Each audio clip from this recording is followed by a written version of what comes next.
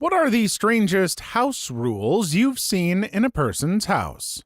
Story 1. I was friends with a very sheltered kid when I was 10. I was playing video games with him, and after I got wrecked in a particular game, I exclaimed, "Aw man, what the hell?" My friend and his little brother froze in terror after that, and the little brother ran out of the room fast. I asked my friend what was up, and he said very meekly, "We're not allowed to swear." The little brother came back and sat down, followed closely by some very loud stomping footsteps.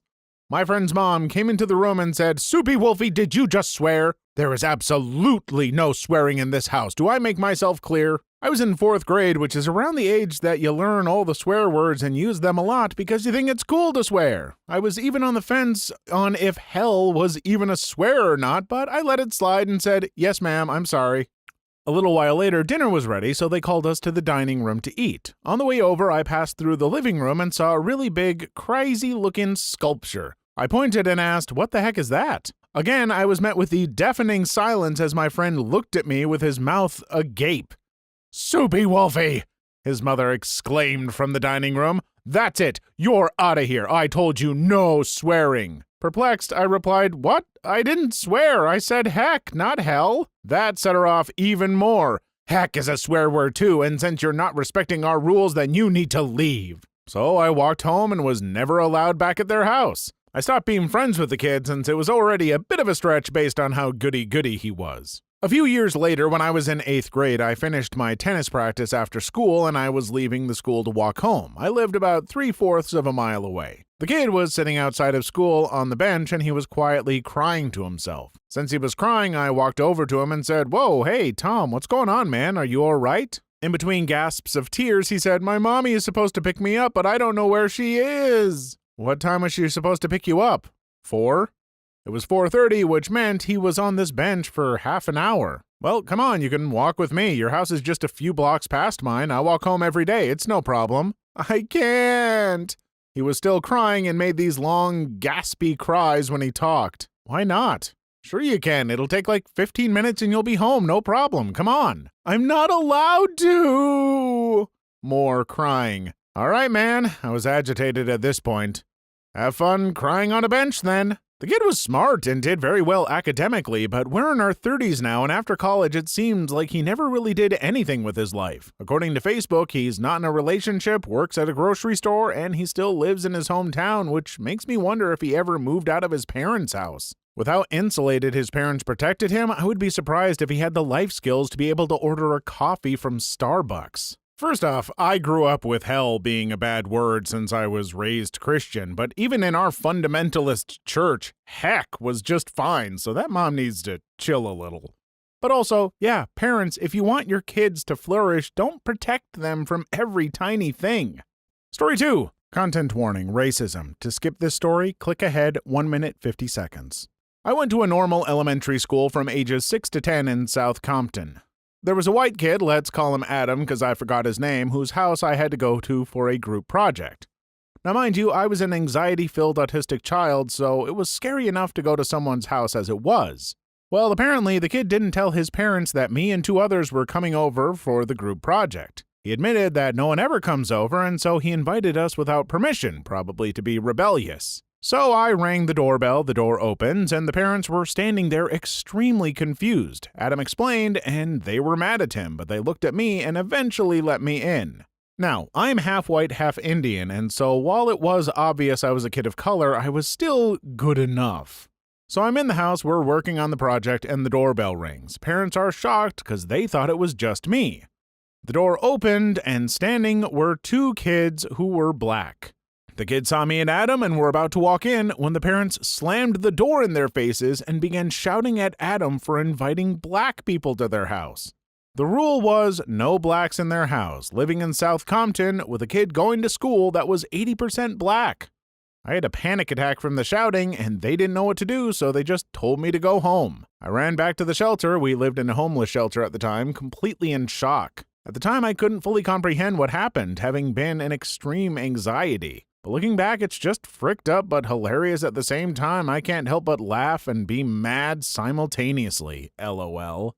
As absolutely gross and abhorrent as racism is, I'm not sure I would call it a strangest house rule, just a really depressing and gross one. Screw those parents. I hope Adam grew up to be nothing like them. Story 3. I had a friend whose parents would lock her in her room at night, as in, the lock was on the outside of the door, and once she was in for the night, the door was locked and there was no leaving, even for the bathroom. Holy crap. Okay, some clarity. I think I was like 8, so I don't know if kinky intercourse was involved.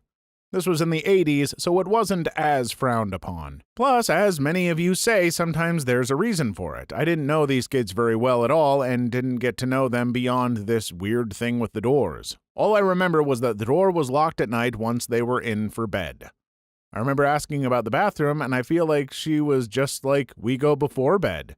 I always woke up in the middle of the night to go, so it stuck with me. She obviously saw nothing weird about it. I can't remember if I slept over, but I was a huge chicken and hated sleeping over at other people's houses, so I don't think I did. I do remember being frightened about fires happening, though, because it was a fear of mine that I would be away from my family and they would die and leave me alone, or I would die and leave them. I don't know, I was weird. She and her family were weird, and I didn't hang out with her for very long. I think they only stayed in my neighborhood a few years before moving.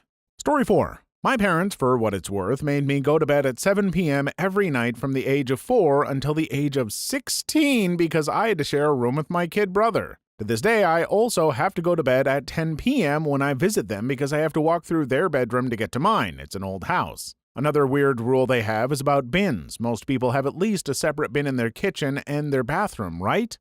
Maybe a few more all over the house just in case, right? Wrong. My parents kept just one single bin in the center of the kitchen/dining room, and the bin bag is changed once a week at the most. I think they maybe just can't be asked to go around collecting bins, so this is their god-awful solution. Having a period in that house was a barrel of laughs, let me tell you, from the ripe old age of 11, announcing to the entire house, "Excuse me, coming through, use sanitary pad, ready to go in the bin here, out of the way, dudes." These days, as an adult when I visit, I make a huge deal out of it until they realize how awkward it is and give me a bin for the bathroom, but as a 12-year-old, that was the most embarrassing awkward crap ever. Not to mention when we had guests around, they would be sat in the goddamn living room and I would be forced to shamefully walk past them into the kitchen, used pad in hand, to use the bin. That was some trauma right there, frick.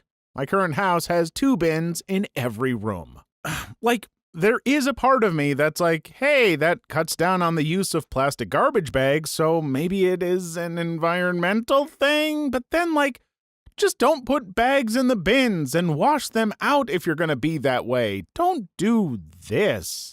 Story 5. My dad's weird rule was that he would read every text we sent and received. Every week, he would collect our phones and read everything. He would also know if we deleted anything because he would reference text counts and timestamps on the phone bill. Now, don't get me wrong, he paid for the phone, so he has the right to take it and give it as he sees fit. However, going through a 14-year-old's phone and reading all of his conversations is beyond invasion of privacy. It's fricked up. Just because he owns the phone and pays for the service doesn't mean I should lose all rights to privacy. I'm his son using the phone he bought me, but I was a developing child. First exploring emotional development, I deserved a right to have private conversations with the people I chose to trust.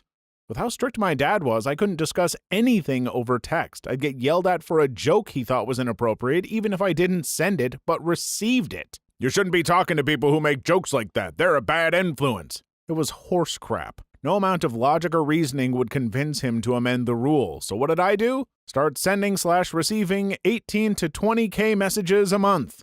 We had an unlimited plan, so it cost nothing extra. I would text every person I could all day long. He would be forced to sift through 5,000 to 7,000 messages a week. I was literally glued to my phone. I'd be talking to so many people that I could sit there for hours and still have messages to respond to. Eventually, he just stopped collecting our phones each week. Hey parents, do you want your teen to learn how to be an adult? Then you need to give them some amount of trust and privacy like an adult. To do otherwise, well, I won't tell you that it's bad parenting. That's not my place. I'm pretty sure a future therapist will do that for me. Story 6. Content warning. Abuse. To skip this story, click ahead 1 minute, 5 seconds. My friend David was a tough guy, which was all the more cool that he chose to hang out with a scrawny nerd like me. We went back to his house once, and only once, which was literally 4 houses down the street from me. It was a small, normal house with a small, comfortable living room. When I plopped into the big easy chair, David went white as a ghost. That's my dad's chair. No one's allowed to sit there, ever. If he sees you in his chair, he'll bring the belt. Well, I was a small kid, but even I knew that some other person's parent wasn't going to be allowed to beat the crap out of me with his belt, so I said nonchalantly, "So what? He can't hit me." My tough guy friend, and truth be told, a bit of a bully to other kids, just got paler and paler. Then he said very quietly, "He might not wallop you, but he'll wallop me instead." I hopped off that chair like a shot and learned a crapload that day. I'm going to once again say that doesn't feel like a strangest rule to me. That feels like, what's the word? Oh yeah, abuse. That dad sounds abusive, and I really hope David is okay. Story 7. At one of my ex-girlfriend's houses on Christmas Day, both myself and my girlfriend's sister's boyfriend were told to go down into the basement while the rest of their extended and immediate family opened presents. I'd never met this guy before, and we were the only 2 people down there, all because the older members of the family didn't want outsiders to see what they had bought their relatives. Did they think we were going to steal something? There were something like 35 people in the house, so while I thought we would only be shunned for a few minutes, we ended up staying in the basement for 2 hours before my girlfriend called us back upstairs. Apparently, the guy I was stranded with had been there for multiple Christmas celebrations and was usually told to just go sit by himself. This was a normal thing for this family. Joke's on them, though. I had a much better time playing pool with the guy than I ever would have interacting with their family, who I came to discover over time were really bitter, uncaring people. Story 8. Anytime I was over at their house and we would go outside and play, I would have to knock on the door each time to come back in, even if I had been there for a while or if I had just walked in with their kid. Their mother kept tabs on exactly how much I ate or drank while I was there and expected me to work for whatever they had given me. I'd accidentally left something by the door and realized after I got a few steps away from their porch, so I just opened the door and reached in to grab it. Her mother grabbed my arm and jerked me back into the house and screamed how I was a guest at their house and I was to always knock before entering, how I was a rude child. She didn't care that I was just there and what I grabbed was mine, etc. I had known this woman my entire life. We lived in the same neighborhood, she knew all of my extended family, and treated me like I was some stranger. That was my last day playing over there. My dad had a strict rule: no music with words. I'm still wondering how Beethoven's Ninth ended. Story 9. I was dating this girl that had this no shoes rule in her apartment. Okay, that's pretty common in a lot of countries. She was an excellent cook. She asked me to invite my best friend and his girlfriend over and she'd cook for us. My buddy is a little wacky, but when they got there and we told him the no shoes rule, he acted a little put out, like it was some big imposition to take your shoes off. A few weeks later, the 4 of us were getting to be good friends and my buddy invited us over for dinner. When we got there, he and his girlfriend were not wearing pants. He was in boxers and she was in panties. He said, "No pants. We have a no pants rule in this house." Luckily, my girlfriend thought it was pretty funny and we complied. She did say that if she came up with a topless rule, she was bowing out. Glad she thought it was funny and things turned out a-okay there. I come from homes where we always took our shoes off, and it was the same with all of my friends. Of course, when you come from a state where it is often rainy or snowy, keeping shoes on is a great way to track a bunch of crap inside. Frankly, I still think keeping shoes on is pretty weird. Story 10. She wouldn't actually let us into the house. She threw a housewarming party and we were all excited about attending, but instead, she herded us all into her garage and locked us in there. There was a door in the garage that led into the kitchen that she would only unlock if someone wanted the bathroom. She would then escort the person to the toilet and stand outside the door until they were done, take them back to the garage, and lock the door again. The garage was empty as well, not even so much as a deck chair or box to sit on. The guests did not stay long. I left in under an hour, and the rest not long after. She was offended after she put so much effort into having us over. Story 11. A friend I visited a few times when I was a kid had really strange parents. One thing was, when my mom called his mom to arrange a time, his mom said that she'd like it if I brought a shirt I'd already worn to their house. She said they had a rescue dog that lost its crap around new people and would keep it in the bathroom for my first visit, then put my shirt in its bed so it got used to my scent for next time. I frickin' did it too. Dogs still went nuts. There were wacky bathroom rules, like if I had to go, she'd say 1 or 2. Then she would carefully count the number of squares and hand it to me. This was particularly embarrassing since I had a little crush on my friend and he was always there to see me say what I had to do. It was never enough. I always ended up poking a finger through the TP and they never had soap. I had to wash my frickin' hands with shampoo once it was dog shampoo. LOL. I hated it there. Lady, if you are that concerned about toilet paper, you get a frickin' bidet. Until then, if you ration toilet paper for kids like that, you're kind of a jerk. Story 12. My grandparents had a very specific order that food should be eaten. We're a big English family and tea would be served at 5 p.m. or so, after lunch at 1 p.m. Plates and dishes would be placed on the dining room table all at once, but could only be consumed in the correct order. Sandwiches first, then sausage rolls / assorted savories, then sweet foods. It's only so strange because after my generation, 16 of us, my grandmother now couldn't give less of a crap, and all the rules are out the window, especially for great-grandchildren and our spouses. We're just pretty bitter that we would get such a telling off for eating a sausage roll before a sandwich, since now apparently you can have chocolate biscuits before 2 p.m. Anarchy! Story 13. I was in a foster home from ages 5 to 7. They were religious, and the rules were as follows. Women couldn't cut their hair, wear short sleeves after 5 years of age, could only wear dresses and nightgowns even when swimming on vacation. And nobody could enter the home if wearing shorts. Pants were fine. The upside was the whole family ate dinner together every night, and there was always dessert. As a kid coming from a home where food was not aplenty, I thought it was wonderful. I've stayed in touch over the years and went to the mom's 80th birthday party last summer. Lots of people were there in shorts, so the rules have obviously been relaxed over the years. One daughter even had hair a little below her shoulders, so that rule isn't enforced either. Story 14. Stayed with a neighbor during a family emergency. Estranged grandparent was deathly ill far away, and parents had to make some oh-crap arrangements for childcare. Neighbor had 5 kids. The dad had a 1 tub of water for the family rule. This was in a bathtub with a shower, and when a normal water bill for a large family would be under $40 a month, so I still don't get why. Dad would bathe, then mom, then oldest to youngest. Guests last. The water was cold, dark, with muck, and had a greasy film of skin cells on it by my turn. I was 6 or 7 and tried to refuse, but they shouted at me and I gave in. I gagged the whole time. Seriously, frick you, Mark, you nasty butt swamp water douchebag. I know a few of these are repeats from a previous video, maybe on our other channel, I don't recall. And I definitely remember this one. I don't recall if I commented on it before, but I'm doing it right now. I hate this with the fiery passion of 1,000 suns. Mark, you suck. Story 15. My mom had a very sick brain tumor in the 70s. So all of us 5 kids were farmed out to relatives. We had this one awful aunt who refused to let my 4-year-old left-handed brother eat with his left hand. Every night I would watch my poor little brother silently cry out of frustration, trying not to use his left hand to eat. Meanwhile, her left-handed daughter and husband sat at the same table using their left hands to eat. After a few months, I mentioned this to my left-handed grandmother, the other side of the family. Grandma promptly drove over to Auntie Witch's house, rounded up all 5 of us, and punched Auntie in the face with her left hand. We stayed with Grandma from then on. God bless you, Gram. Please like and subscribe if you've made it this far. I hope you'll enjoy the rest of the video and have a wonderful day.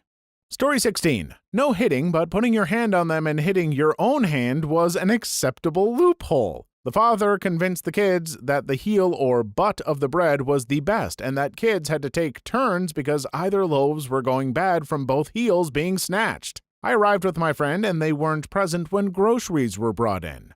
Older brother Tony jumped his turn and took a heel for his sandwich. My friend Noel jumped Tony with a hand on his shoulder and wailed on his own hand, screaming about getting his bread butt.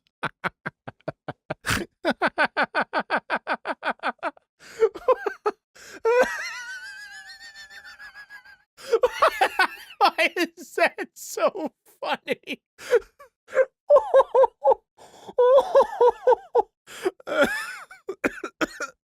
Oh, holy crap.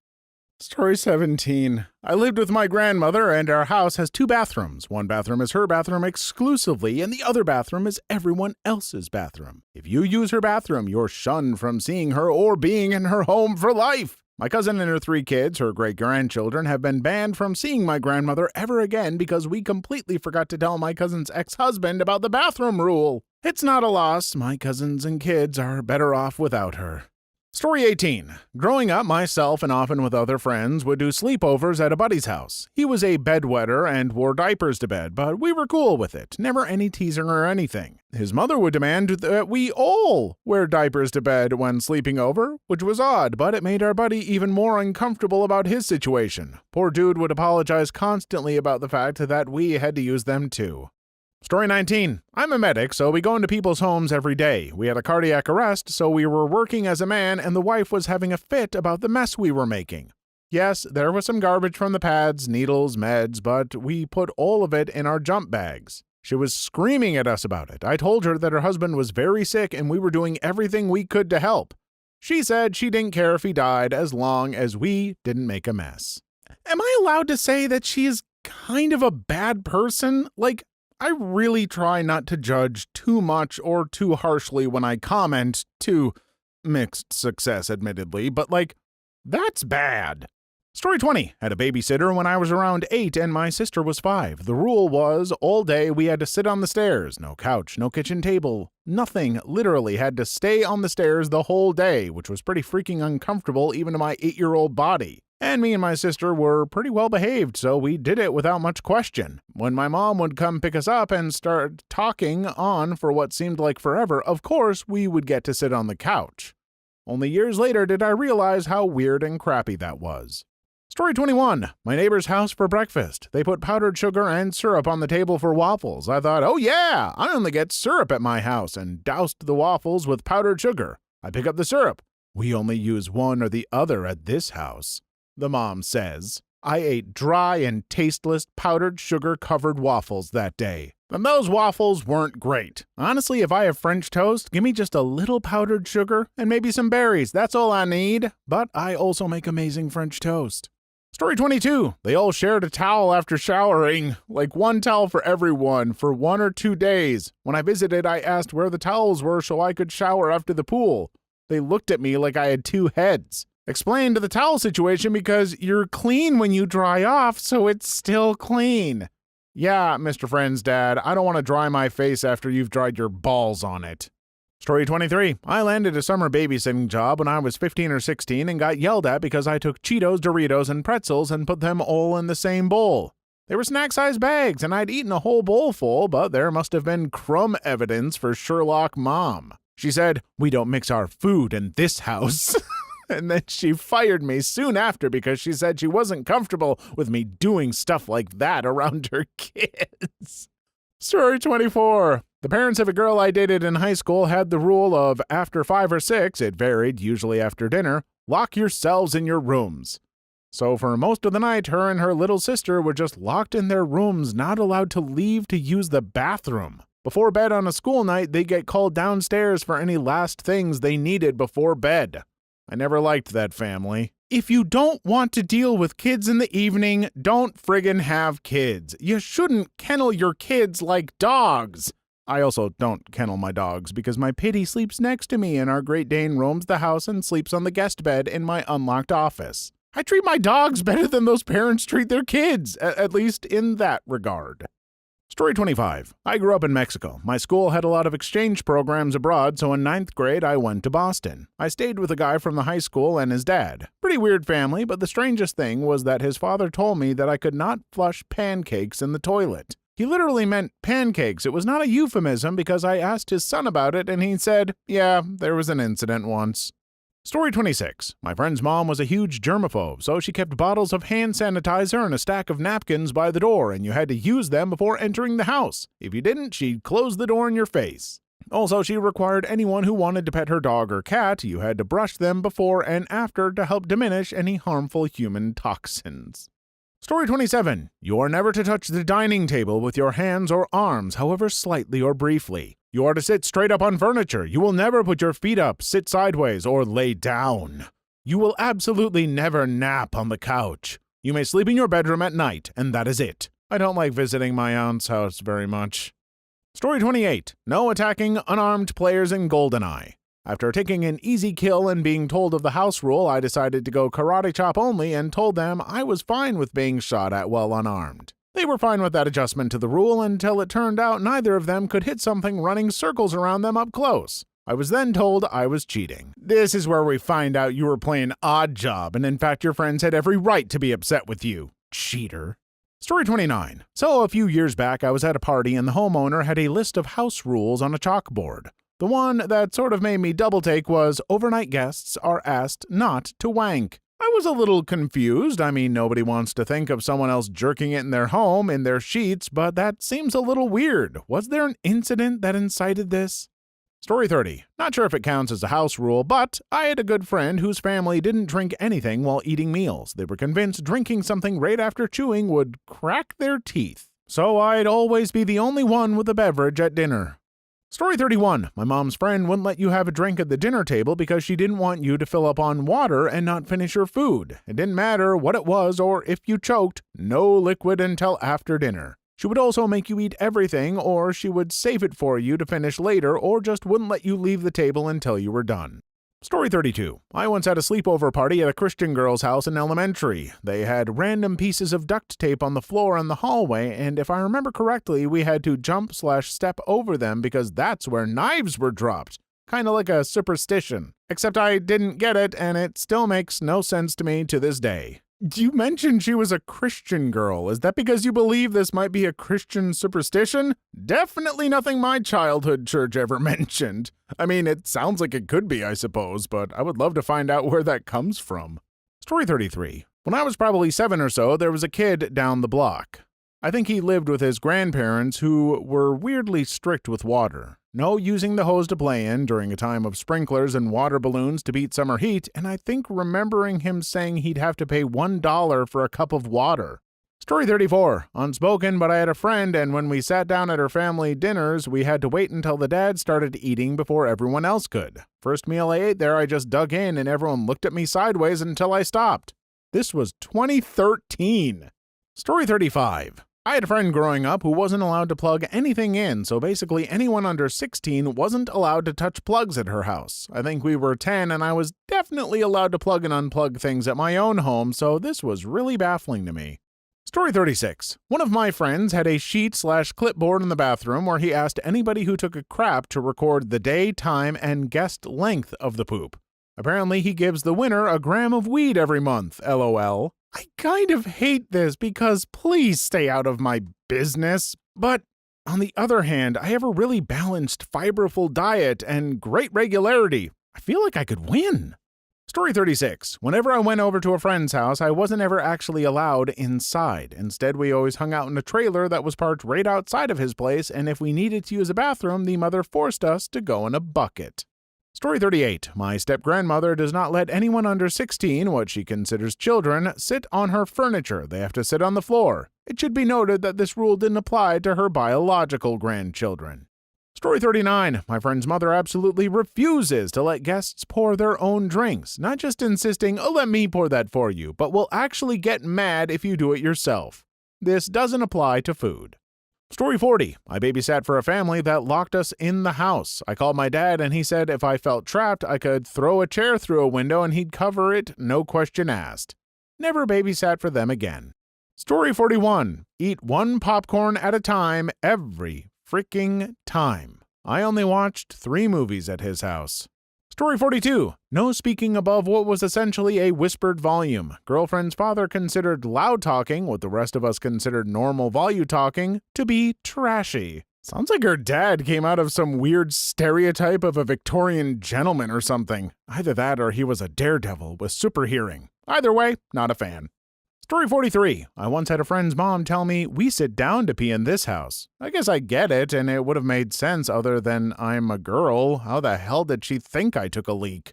Story 44. My cousin's house when I was a kid, there was a no reading during the day rule. I was a bookish kid terrified of my mad uncle, so I just went along with it. Story 45. My friend's mom was convinced that vomit corroded the pipes and could cause them to burst, so we had to go puke outside if we were sick.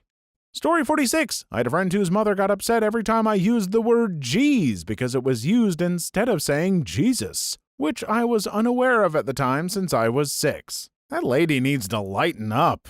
Jeez. Story 47. Had a friend that had to go to bed at 7 p.m. every night because that was the bedtime for his younger siblings. He was 14. His mom would flip out if he tried to stay awake any longer. Story 48. This dude that managed local bands had a rule that only vegetarians could poop in his toilet. Find somewhere else to poop if you eat meat. Story 49. Visiting children for a sleepover had to bathe while supervised by the mom. In retrospect, horribly creepy. Story 50. If you're eating and you drop your fork, everybody drops their fork. Why? Please leave your story in the comments. I would love to make a video on them in the future. Also, don't forget to like and subscribe.